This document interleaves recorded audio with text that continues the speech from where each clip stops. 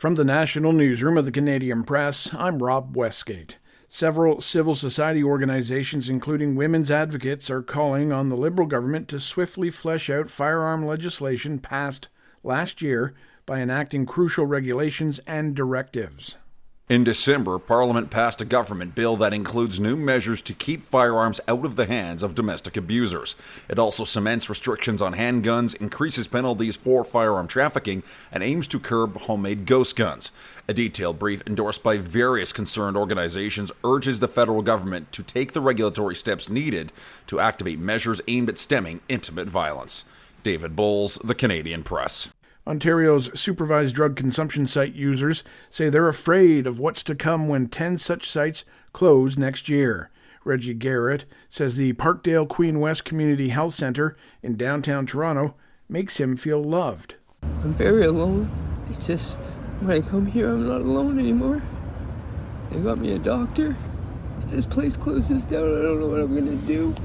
Health Minister Sylvia Jones recently announced a fundamental shift in the province's approach to the overdose crisis that will shutter 10 of 17 sites because they are too close to schools or daycares.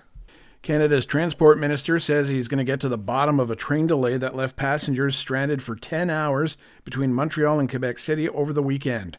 Chip Malt was a passenger on that ride, and he says staff were not providing any information about the delay and instead tried getting passengers to do yoga breaths, frustrating people even more. So you have these three staff members together doing yoga breaths, trying to get yoga exercises with the crowd, and everyone was just yelling we need answers, we need answers. It was the most ridiculous thing I've ever seen. Via Rail insisted that it provided updates to passengers every 30 minutes, saying even if that meant there was no change to the situation.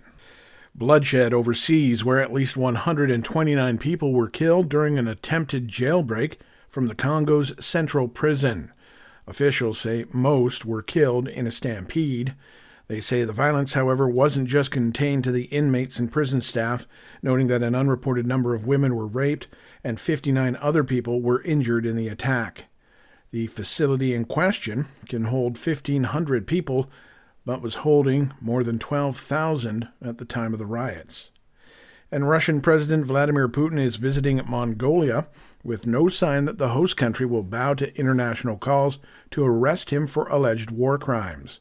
The trip is Putin's first to a member country of the International Criminal Court since it issued the warrant stemming from the invasion of Ukraine some 18 months ago. Ukraine has called on Mongolia to hand Putin over, while a spokesperson for Putin said the Kremlin wasn't worried. This is the Canadian Press.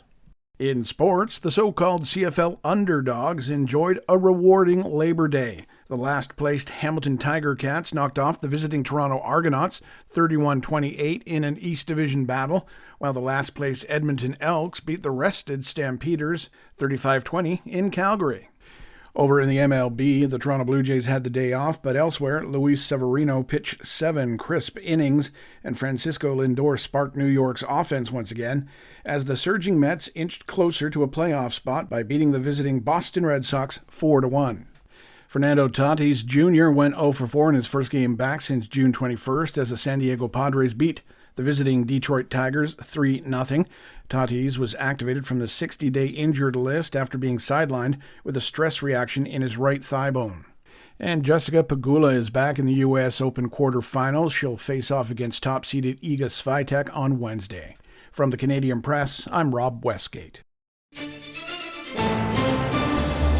Thanks for listening. Don't forget to follow and subscribe. For more of today's top stories, visit thecanadianpressnews.ca.